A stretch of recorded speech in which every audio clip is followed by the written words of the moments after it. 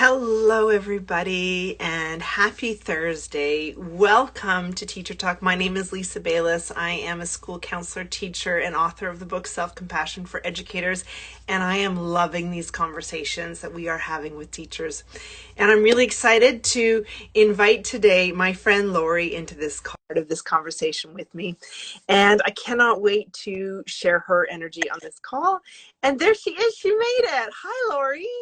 Hi, Lisa. How are you today? I'm doing so well. Thank you so much for carving out a little bit of time and space in your day and for coming on this call and spending some time with me. Oh, you're most welcome. Got my coffee here ready to chat. Perfect. I could have brought mine. I didn't even think of that. I'll go get mine after and I'll cheers you through it. Laurie, can you just start off? I mean, I'm just telling people we're here on my weekly teacher talk, which I just love connecting with educators in all forms. We've had educators from early years, and you are in the post-secondary world. And can you tell us a little bit about who you are and your role in education? Sure.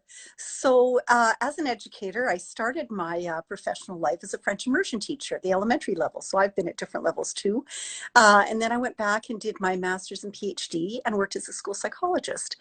And then I had the opportunity to come and kind of combine those two first careers and teach educational psychology in a teacher ed program. And I've been doing that for some time now and taking on various leadership roles. And at the moment, I'm Dean of Teaching and Learning at the new Francophone University in Toronto.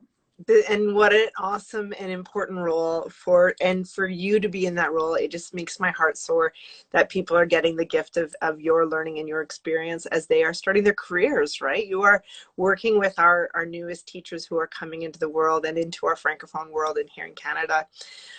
You and I've spent some time together over the last couple of years, which has been such a joy for me. And we've done some learning. So, Laurie and I have connected through some of the mindfulness and self-compassion courses that I have led, 6-week courses, and most recently over the last couple of years, our year-long mindfulness program.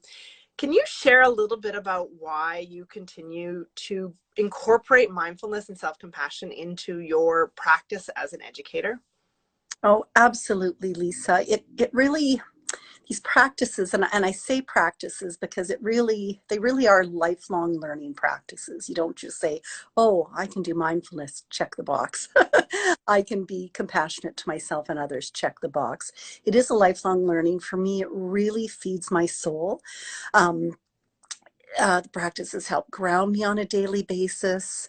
They help me connect with others. They help me to keep my focus on giving myself the kindness I would give a student or a friend. And I think they help keep me focused too on our common humanity. So all of these things are so important. And I think just in terms of doing the practices, one of the beautiful things about them is they are simple and yet oh so powerful. We don't have to have any equipment. They don't cost any money. And a lot of them, like I often tell people, we can't just leave our classrooms and say, goodbye, students. I'm going to be away for a couple hours getting a massage. I'll be right back. Or even, I've done a lot of wellness seminars for my students.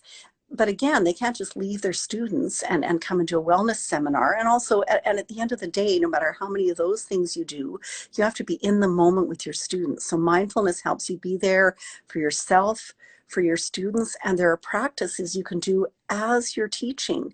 So really, it's something very powerful and yet simple to integrate. I love that connection, as you said. It's so simple and yet not easy. This is No, kind of what happens for so many people. We hear the concept of this idea of mindfulness, this idea of self-compassion. We know them as an idea, as a conceptual, thing that we know that we should do, or we've heard of it, and I know this idea of being in the moment. But there's a very big difference between knowing and embodying and feeling. And, I think that as you said, it's not a one and done. It's a lifelong practice. Have you seen it show up in your work with like some of the students that you're working with right now? Have you noticed that you're using your practice? Yes, I have. And just little things like, just like the loving touch or the just thinking about my feet. I might not be able to do the full soles of my feet, but just things like that. And then I think too, like a principal sets the tone in their school, a teacher or a professor sets the tone in their class. And in turn, I try to really uh, educate my students to see that role that they can have. I mean, certainly guarding against the idea of this being a classroom management strategy. I think that's a good myth to address. But yeah, I think just seeing them do these things and think, oh, that's all I have to do. Yes, that's all you have to do, but you have to make sure that you're taking time to do it Yeah. on a daily basis and really settling yourself to be present. So I think it's helped me be more present for them, and I see the lift it can give them. Mm. It's not Hmm. read these 10 books and you will feel more serene. It's just pick one of these practices and just try and do it regularly. Yeah. Yeah, there's a big difference between, again, reading and knowing, and Hmm. your body and practicing. And you know what I'm hearing really you say is helping your new teacher learners and really anybody in a classroom or wherever we are in our life, these practices of mindfulness and self-compassion, which you and I have connected so much, are really about creating a little bit of space, right? It's just settling our body, and then it's being intentional about how we do the next best thing. Right. Isn't that such a lovely gift for our new teachers? Oh, absolutely. And then a gift in turn for their students, Right? Oh, I think of myself when I was a brand new teacher. I actually started my career, I was only 21, and I was up north in British Columbia on a letter of permission. And I just remember this constant frenetic energy and, wondering how I was going to get through each day. And I think if someone had said to me, like, dear one, it's okay to just pause and take a deep breath as you go, like Oh, what a gift of permission that would have been for me to settle my whole nervous system as I went through my teaching career. absolutely. And I know I had some wonderful professors when I did my teacher training as well, but I don't think these kind of topics were on the radar. We didn't discuss them. And I know one thing that I really suffered from early on, and I talk about it a lot with my students, is this idea that I think a lot of people who go into teaching were so focused on others.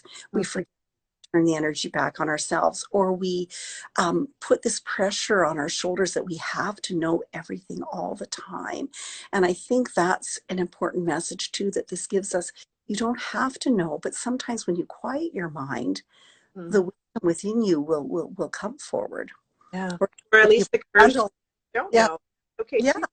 and that being okay, and Yeah. just be in that moment, and know that, yeah, teaching can be messy. Classrooms are noisy, and they're often noisy when the best learning is taking place. And how do you survive that? Oh, I love it. And you know what, Laurie, it's been such a joy to learn alongside with you over the last couple of years. But we first met when you joined one of the 6-week self-compassion courses that I was running.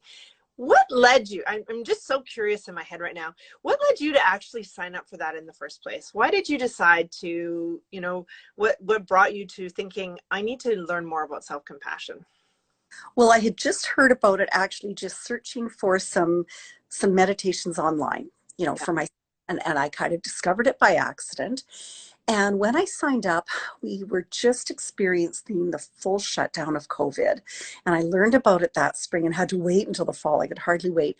And frankly, at the beginning, it was just something I did for me. I had been pleasantly surprised that I was able to keep that rapport with my students, but I needed something just to support me Yeah. and just open myself to something else. Yeah. That, Yeah. And that then was, you went through this program. mm, What happened for you as I know for you, I remember these moments of sitting on Zoom with you during this program and you just having these like aha and these embodied experiences of self-compassion. What's changed for you since discovering some of these practices in and out of your classroom and work? right. I think. the first thing, I think one of my first ahas was just the beauty and the power of the community, like especially in a time of COVID. But I think, even as we work through and hopefully beyond COVID at some point, just remembering that importance of community, just knowing I wasn't alone. So that was very powerful, I guess, over and above the practices themselves. And then I think just, again, the simplicity, the power of them, how seamlessly I could integrate them, and how by, like, I think I wasn't a stranger to compassion, but I sure was a stranger to self-compassion, like really turning that inwards to me. And I Mhm. think the other facet of just that common humanity. And now I know, and hey, we all struggle. We're all on the path. Some days we have cranky moments. Sometimes we have serene moments, and that's just how life is. But I think I'm able to step back, be in that mindful moment, remember the common humanity, seek out the things that are similar or unite me with others. And for me, that's just been so powerful. So again, the personal practices, the community, but just how I show up Yeah. has been a I love it. And as I'm hearing you think about this, I'm thinking about those components of self-compassion, those three: mindfulness being the awareness of what's going on for us, awareness, some days I'm cranky, some days I'm not, right? Like we get to know what's happening, the meeting ourselves with loving kindness, or just meeting ourselves the way we need to be held and cared for. And again, many of us know this as something to know. Like we know we should be kind to ourselves, but we don't always know how it yeah, feels. We don't always know how to embody or experience this. But then that third component, which you've addressed a couple of times, common humanity or connectedness. And yeah, I have seen this be probably one of the most powerful parts of self-compassion and compassion for others, especially in community. And it speaks to this permission to be human, hey? yes, Loving ability to say, some days are messy, some days I'm not perfect, some day, I mean, most days we're not perfect, but like I get to be wrong, I get to fail, I get to have a hard time. And that can carry through our days as a human being, but also into our schools to model for our kids. And do you see yourself using this in your role as dean right now, in your role with these students that you're working with, these like soon to be teachers in our yeah, schools? I do. I haven't, I'll just be honest and say I haven't done as much of it as I would like. And we didn't have any classes running this fall. We had some experimental classes last year, and I was able to go in and do some things. But I'm hoping to do more of it. And yet I would say, even not having classes this year, how I come to meetings, helping me build the community of learners, because I'm very preoccupied, especially in the French speaking world. We have such a huge shortage of teachers. And so it's not just getting them in the door, supporting them through their BEd, but how do we have them stay in this profession? And I do fear, they've seen what we've all been through during COVID. Will we have a decrease in the number of students applying? So when they come to us, just that permission to be who you are, to bring what you are, to help create that supportive community, and give them some tools that, like I said, they can use right away in their classroom and help them through the process. Because you're right, it's not just a box that you tick, and that knowing it and then having it make the journey down to your heart and really living it is something. But I think what I'm hoping to do, so I guess most of what I would like to do in my role as dean is still ahead of me, but I'm really hoping to do little bits of it frequently enough that it really does become part of their practice. So I'm giving them a tool they can take away, and that common humanity, I think, will help me build that community of learners that continues to support each other even once they finish their studies with us. It's so true, Laurie. And I just also have to say, whether we're sometimes explicitly teaching these practices around compassion, or whether we're just modeling them for ourselves, that in itself is such a great learning opportunity for people. I think as a community of educators, we have not modeled as a full culture nearly enough how to deeply meet ourselves with inner compassion, right? Like how to model that, how to share with other people that permission to care for oneself, that permission to be gentle with oneself when we're struggling, that permission to struggle. Like all of these things have not been part of the culture in education. It's sort of like tough up, know everything, keep going, be the head, you know, and there's this information in our society now that we get to be human beings in as educators, which is vulnerable. So how do we hold ourselves in this place? And I think I see you, I know that you're modeling this already for all those students that are coming in. It's so cool. Well, Mm-hmm. and I wish that more teachers could know about this, because, you know, that power of learning this in the group, because we learn from each other.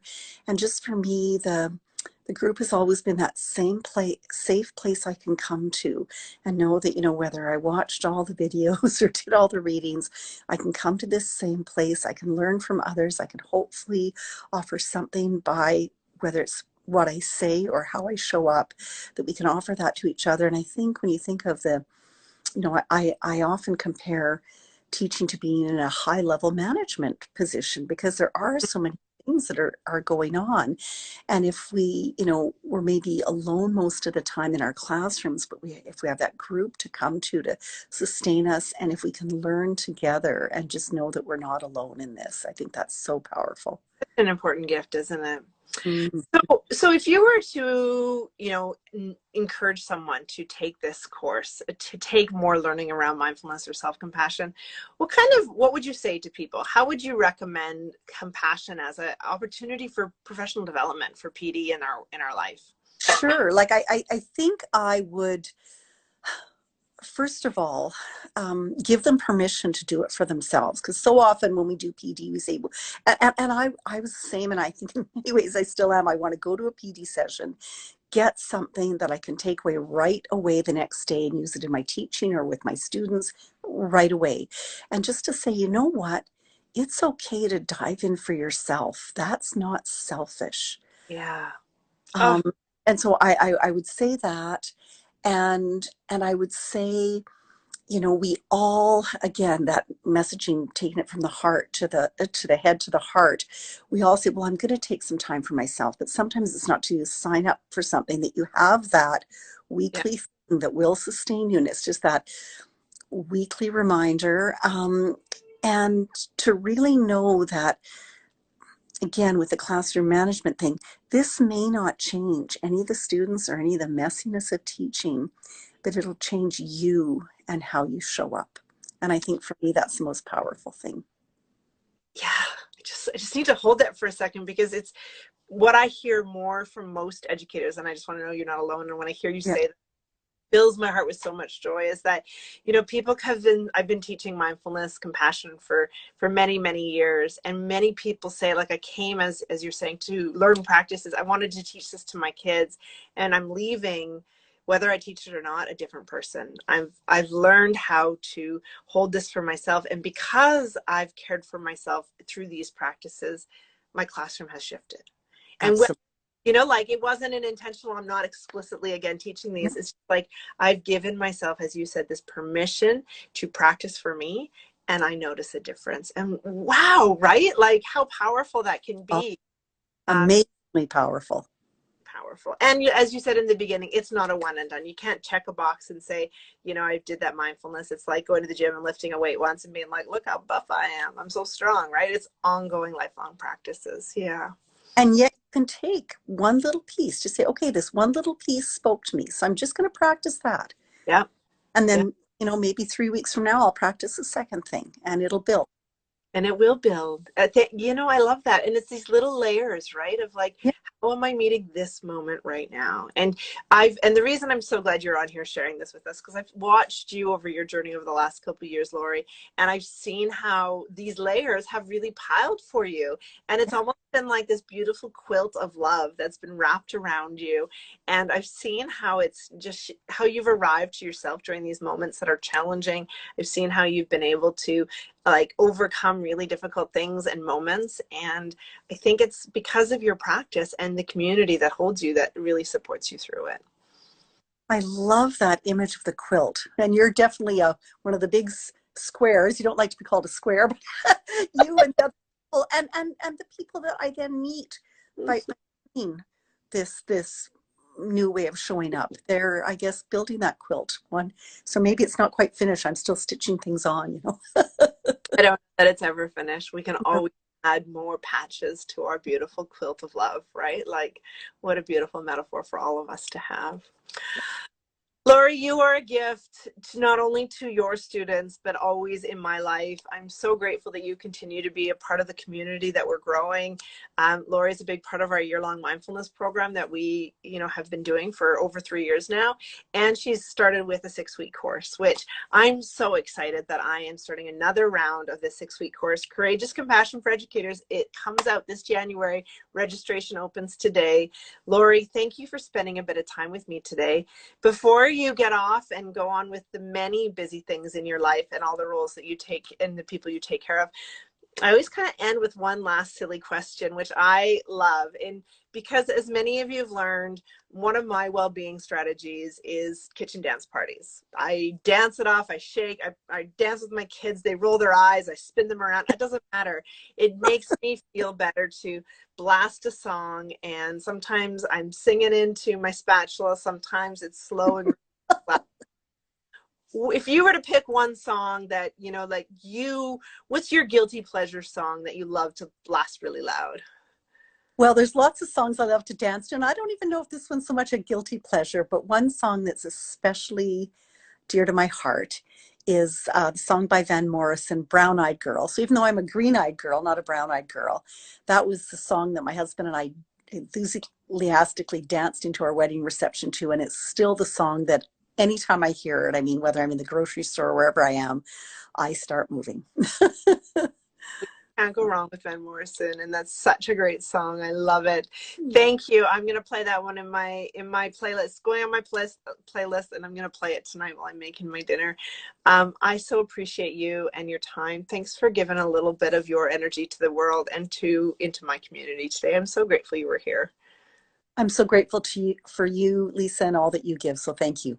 You're so welcome. You're so welcome. I'll see you later. Okay. Okay, later. Bye-bye. Buddy. Bye.